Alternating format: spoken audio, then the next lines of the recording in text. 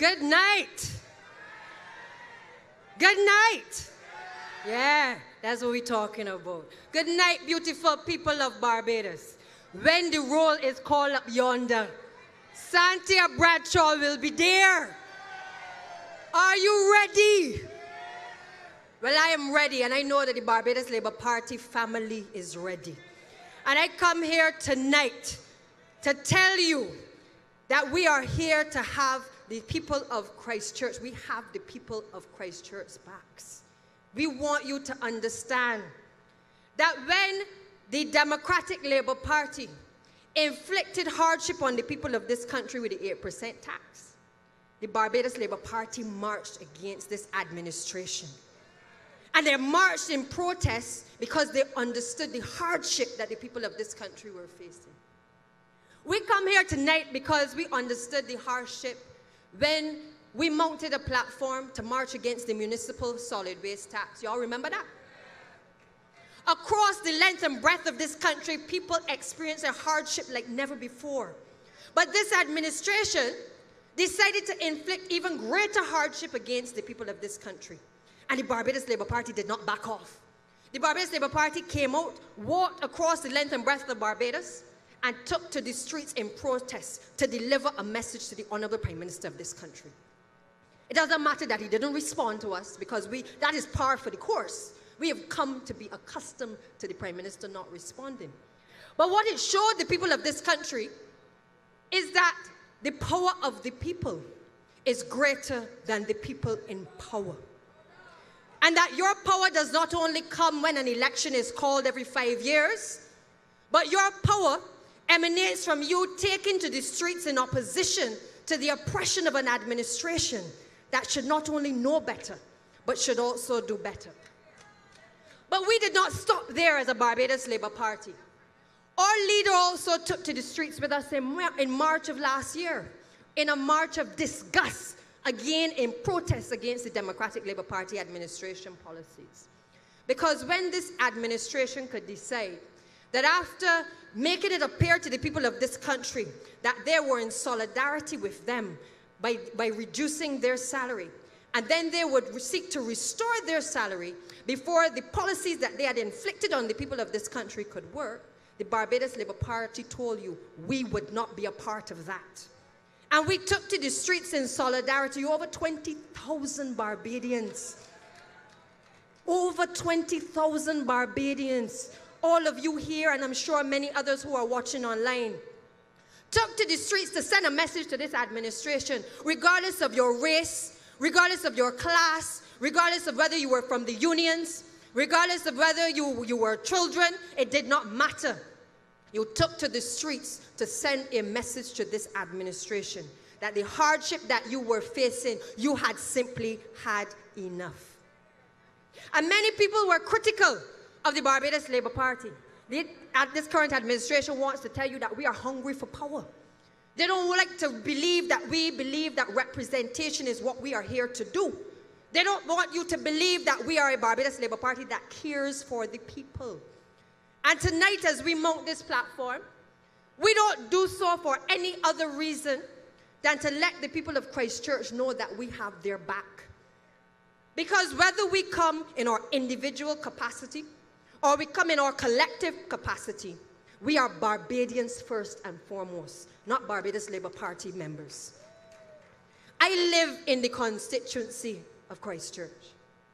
I go to work along the South Coast Road. On my way to Parliament, I have to pass Hastings. I have to pass Worthing. And it bothers me as a Bajan to have to see sewage bubbling in the roads and the streets of Barbados. A Barbados of 2018 can do better than that. And what is worse is that you have a Prime Minister who would want to tell you that we are not perfect. That is his response after he was drawn out by the leader of the Barbados Labour Party. Not to speak to the people of this country, but to entertain the tourists and to tell them that we are not perfect. And therefore, that if you see sewage flowing over in the streets of Barbados and you're walking along the road going to Massey Supermarket, and water happens to splash you, you are not to be alarmed by the fact that that is raw sewage that may be splashing on your body. That is our Prime Minister saying to you, he does not care about you. And we are on the South Coast, and many of you would like to believe that a Prime Minister and a government of Barbados would care about the people on the South Coast, or they would care more about the people on the West Coast than they do about the people on in the inner parts of Barbados. But they have demonstrated by their inaction, they do not care about the people on the South Coast. They do not care about the people in St. Andrew. They do not care about the people in St. Michael's Southeast. They do not care about the people in the city. They do not care about Bajans. And given that Barbados has been spared by the Almighty Father, the hurricanes and the storms that ravaged and devastated countries across the Caribbean, you would have thought that emphasis would have been placed on making sure that whatever could be done before advisories were issued by America, by the United Kingdom, and by Canada, that they would have taken proactive steps to do something, to talk to the people, to address the situation. That 2 years ago, when the leader of the Barbados Labour Party told the Prime Minister, you need to address this problem, that she wasn't doing it because she was power hungry. She was doing it because she understood that if you do not take action before, I don't want to say the word, but before the thing hit the fan, when I could think for myself what I say, right? Before it hit the fan, she understood that you had to take preemptive action in order to ensure that we did not find ourselves in a situation where Barbadians woke up morning after morning to travel advisories being issued by international countries upon whom we rely for tourism, to say to the world that Barbados is a cesspool along the south coast of this country. And that because we are not perfect, and because you wouldn't be here if you had choices, that is satisfactory to the average Barbadian. Well, I come here tonight because I was in the United States when those advisories were issued. And I want to bring a message from the people on the other side, the Bajans who live in New York, the Bajans who are sympathetic to New York, the people who love Barbados who are not Bajans. They are disgusted by the fact that an administration could allow this problem to reach the heights that it has without even the simplest echoing of a voice from the Prime Minister to give the reassurance to the people, the businesses that are in this surrounding community, that better can be done and that they are doing something about it. But you know the beauty of time? This platform was mounted tonight not to point out that the Prime Minister don't talk, not to point out to you that the Prime Minister, when you ask him to talk, that he's yet again said something that we still don't understand. This platform was mounted tonight because the Barbados Labour Party cares about you. The Barbados Labour Party, and they're afraid for it, you know, the Barbados Labour Party mounted Rubbing Shoulders. And the Rubbing Shoulders program allowed us to go to every single constituency, whether it was from the blocks to the people's houses to the shops, to wherever Barbadians congregated. It could be the van stand, it didn't matter. And we talked to Barbadians about what was affecting them. And similarly, our representatives in the Christchurch area, you could find them along the South Coast talking to individuals and businesses that had been affected by this particular sewage problem. We didn't stand on the sidelines and criticize the government. We went and we saw the fish kills. We saw the sewage overflowing in people's houses. We could smell, and I'm sure many of you can smell the odor here tonight. And you are only going to be here for a matter of a few hours. The Prime Minister has not come to this site. Unless they are, as they usually do, hiding somewhere in their cars listening to this meeting. But he is not going to show his face and empathize with the residents of this country in a way that the leader of the Barbados Labour Party will do. And that the leader of the Barbados Labour Party has done, or any of its members. Because the difference between us and them is that we have a leader that cares about the people of this country. And And we want Barbados to succeed. We do not take any pleasure in what is happening in this particular area of this country. We take no pleasure in seeing Barbados being described as a fallen angel, whether in reference to its economic policies or whether in reference now to the society. We take no pleasure in the criticisms from people in the rest of the islands as to what has happened to Barbados. Where is the leadership that is supposed to be at the level of CARICOM? Where is the voice that is supposed to bring our people together as a region? They put the Prime Minister as the head of the Competitive Commission. Imagine that. A Prime Minister that don't talk, supposed to tell the people of this country how to be competitive. We have fallen from grace in the eyes of the world. But more succinctly, we have fallen from grace in the eyes of our own people. And that is why we are here tonight. Because if we do not mount these types of platforms in this type of manner, if we do not come to the people and explain to them that we, the Barbados Labour Party, and our candidates care about you, if we do not say to you, these are the problems, but tell you how we intend to fix them, then you are going to turn around and say, there's no difference between the Barbados Labour Party and the Democratic Labour Party. But I want you to know there's a huge difference between the two political parties. And it is evidenced here by the fact that you have assembled on the call of the leadership of the Barbados Labour Party to be here tonight. And it shows the solidarity not only by members of the Barbados Labour Party, but by concerned citizens in this country. Because you do not have to live on the south coast of this country to empathize with the people who are suffering across Barbados. We can't force an election because there's a sewage problem. The Prime Minister, when I asked him the other day, you know, you're asking for money for the Electoral and Boundaries Commission, but when are you going to call the election, Prime Minister? He said he will go the full time. Well, I want to tell the people of Barbados tonight, if he leaves 5 weeks of reserves in the Treasury, or he leaves 5 days of reserves, the Barbados Labour Party is going to restore, rebuild, and transform this country under the leadership of Mayor Motley. Because this is a mission that we as members of this Barbados Labour Party have set about on. And we have a leader that understands, that can speak. And I have to share this with you because while I will get to the substance of what I came here tonight to say, I feel it is important to share this with you. There are people across the world that recognize that we have a leader, one of the brightest black women in the world. There are people who are not Bajans, who want to invest in this country because they cannot wait for the day that the Barbados Labour Party is back in office.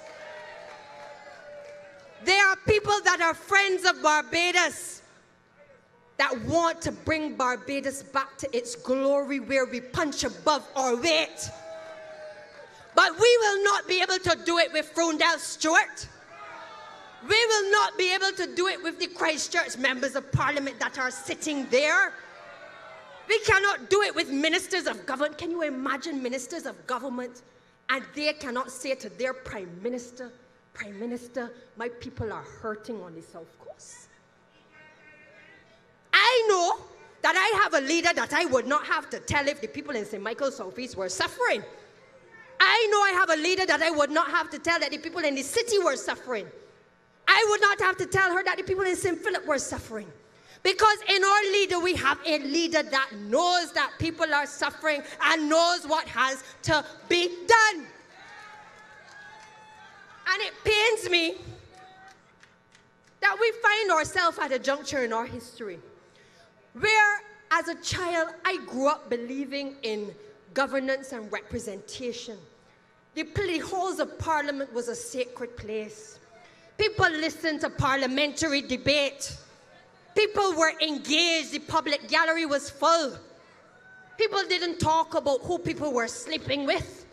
People didn't care about whether a person's dog had entered another person's premises. People talked about policy that would transform the lives of average Barbadians and maintain Barbados' place in the international community, in the eyes of the international community.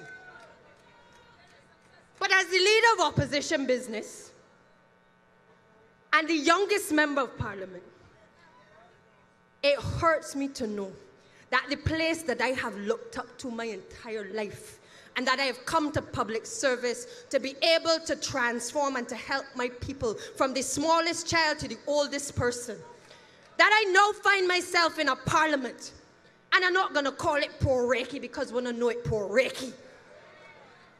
But I have found myself in a parliament where the people do not look on the walls like me.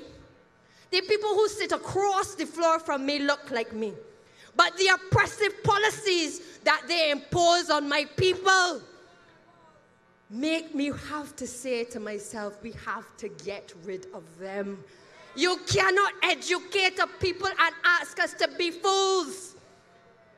We understand whether we have traveled the world or we watch the international media. We understand as a people that Barbadians can do better. We want better for ourselves. We want better for future generations. But we have a parliament that for the last 9 years, this administration has wasted its time in parliament. Whether they have brought legislation late, whether they have waited until the last minute to tell us as a parliamentary group what they are doing, whether they have told us what they're doing, and when we come to parliament, they tell us we are doing something else. There is no consistency. There is nothing that suggests that there is any thought in terms of priority areas that need to be addressed. All of the things that they have done has been cosmetic over the course of the last 9 years. And with this sudden rush in the last days of its dying administration, they want to come to parliament with a slew of legislation, making you, the people of this country, believe that they are suddenly working.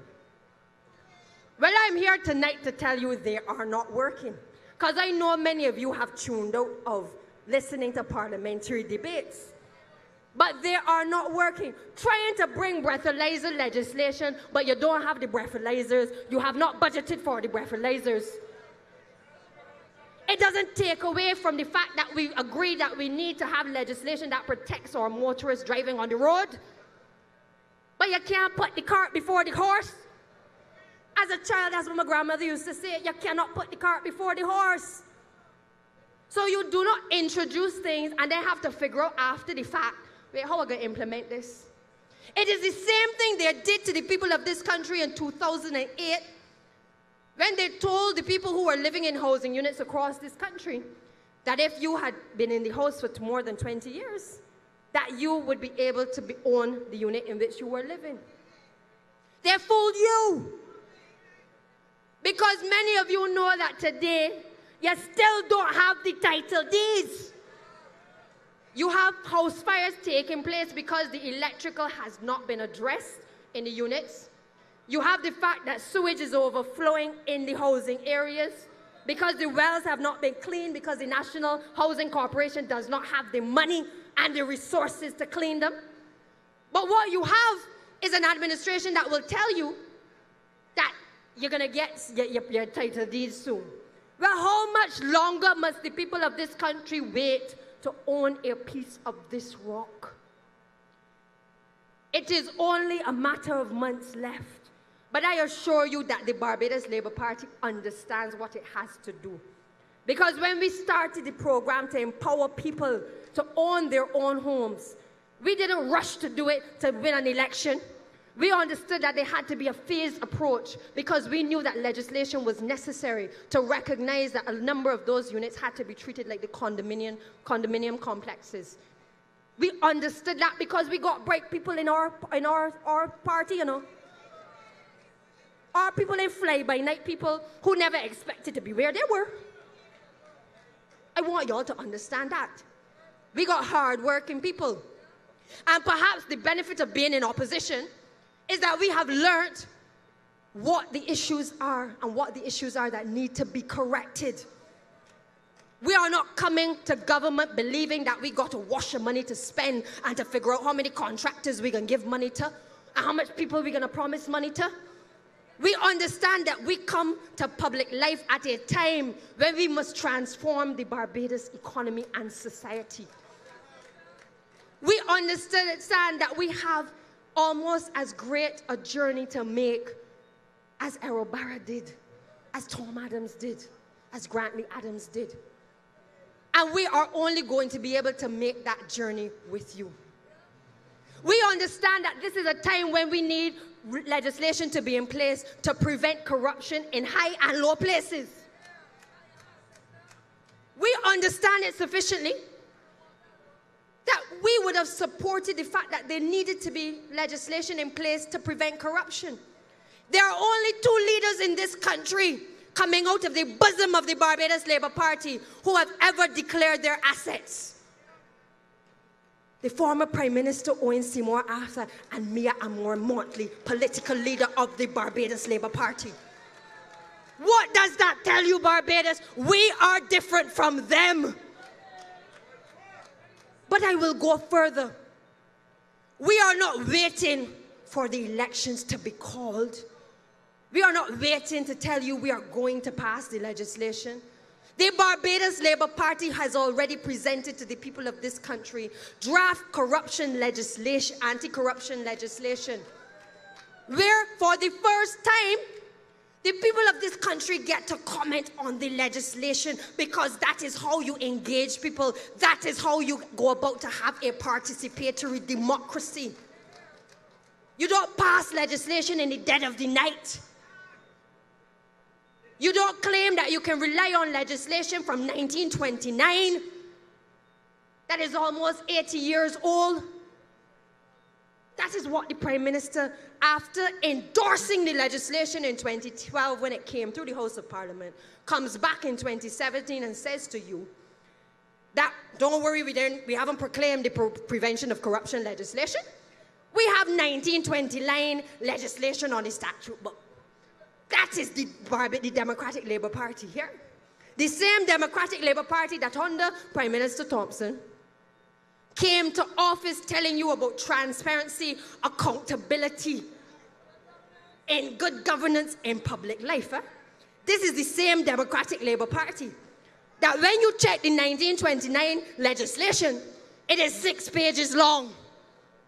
6 pages of a document cannot govern the corruption that is taking place at high levels in this country today. Barbados has now moved in terms of its ranking in relation to corruption in public life in this country. We are now ranking at 31. When the Barbados Labour Party left office, we were at 15. You do the math. But we have doubled under an administration that came to office saying the Barbados Labour Party was the most corrupt administration to date. We are not like them. And those are the things that sadden me, that we could be using the parliamentary process to empower our people. We could be using the parliamentary process to give confidence to our people that even if mistakes were made before by a Barbados Labour Party administration, that we accept mistakes are made, but we understand that we can do better as a people. And that is why many of us have come to public life, to do better. We cannot dwell on the past, but when you have an administration that will say to you, well, legislation was late when the Barbados Labour Party was in office. The Barbados Labour Party didn't do this and the Barbados Labour Party didn't do that. It speaks volumes in terms of the attitude of the people at the highest level in this country. And I will go to my grave saying that if the head is gone, the rest of the body cannot work. If you do not set the examples from the top, you cannot expect the smallest child in this country to respect the highest office in this country. And so it is our responsibility as a people to restore the confidence and the hope that Barbados came to know before this Democratic Labour Party administration came to office. You have Democratic Labour Party supporters that frown at the fact that this administration is doing what they're doing to the people of this country. And we welcome them, because first and foremost, you are Barbadians. And we welcome you once you understand that we must put Barbados first. This country has benefited from looking at all its resources and pulling resources from the best brains in this country. Not blindsiding somebody because they are Democratic Labour Party or they're Barbados Labour Party supporters, but trying to get on a small island the best and the brightest people to be able to serve and to commit and to give to its residents and to its country. But we have lost our way in Parliament. We have lost our way because parliamentary reform has now become a thing of the past. We are modeled on the English parliamentary system, the Westminster style of government. The Westminster style of government has long surpassed Barbados. They have reformed the way in which they do things. They allow people to participate in their democracy, to have a say in the things that are going to transform their lives. And we as a Barbados Labour Party have committed to you that we will allow you to have a say in this country.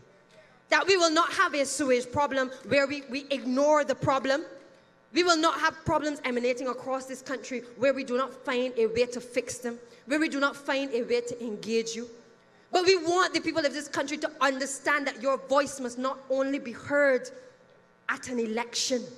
That is how we transform people's lives, because there are too many of you who feel that you do not have a say. And it is time that we send the message to the people of this country that you will have a say under a Barbados Labour Party administration. Because it is only together that the people in the Barbados Labour Party and the people of this country will be able to put Barbados back to where it deserves to be. And I appeal to each and every one of you. I am grateful that everyone has turned out in their numbers tonight to show the solidarity with the people in the Christchurch area. But the Prime Minister needs to be warned, because he doesn't like numbers, you see. They don't like to see the numbers turning up for the Barbados Labour Party meetings. But they need to be very afraid, because the day when the numbers count is the day that the election is called. And so in leaving you tonight, I urge you to come out and support the Barbados Labour Party. Come out and support the causes of the Barbados Labour Party. Do not be afraid to tell us where we are going wrong. The one thing that the leader of the Barbados Labour Party will be accused of is talking to you too much. She will never be accused of not talking to you. And that is leadership. But in being able to talk to you, you must also be able to listen to the people of this country. And I believe in my heart that the direction in which this country has gone, we are off track. Chris Sinclair likes to say a blind man on a trotted horse going backwards would be able to see what is happening. Well, I don't have to be on a trotted horse. I don't have to be blind. I am Bajan. I am a Barbados Labour Party member. I am a political representative. I am a female. I understand that we have gone off track. But I, Santia Bradshaw, the representative for St. Michael's Southeast, know and in the future is going to help this party to put Barbados back on track. Good night and God bless you.